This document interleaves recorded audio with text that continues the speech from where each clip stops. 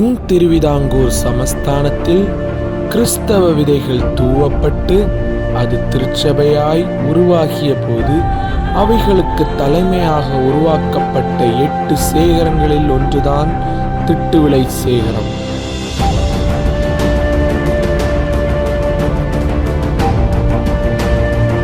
Neil அவர்கள் அசம்பு மலை நோக்கி இயற்கையை ரசித்தபடி சென்று கொண்டிருந்த போது இயற்கை அழகில் மெய்சிலிர்த்து அங்கே இருந்த ஜனங்களுக்கு கிறிஸ்துவை பற்றி அறிவித்த இடம்தான் திட்டூர் என்னும் திட்டுவிளை.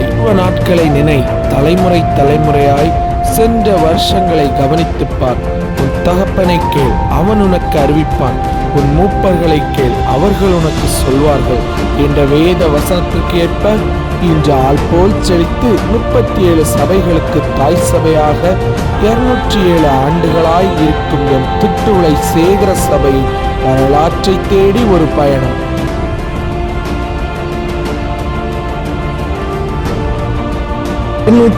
வது சபை நாள் விழா. திட்டுவிளை சேகர சபை வாலிபர்கள் வழங்கும் திட்டுவிளை மண்ணில் கிறிஸ்தவ விதைகள். ஒரு நாடகம் மற்றும் கலை நிகழ்ச்சிகள்.